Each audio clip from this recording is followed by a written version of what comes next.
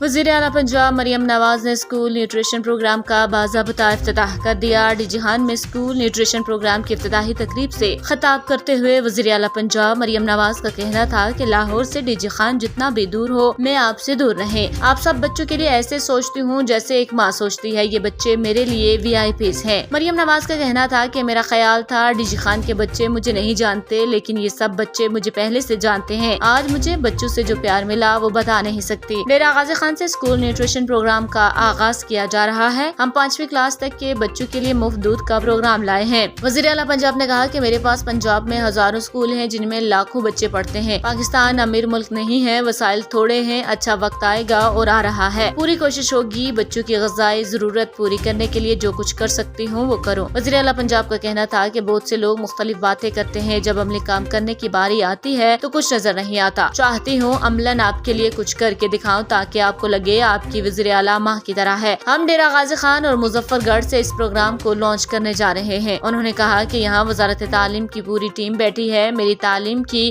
Team आपके लिए दिन रात काम कर रही है। कौम और अवाम का पैसा आपका पैसा है। कौम के पैसे में 1 रुपए की भी खयानत हुई तो अल्लाह माफ नहीं करेगा। चाहती हूँ आपका पैसा बगैर किसी गलत काम के आप तक पहुँचे। उनका कहना था कि वज़ीर तालीम राना सिकंदर खयात दिल से इन बच्चों के लिए काम कर रहे हैं।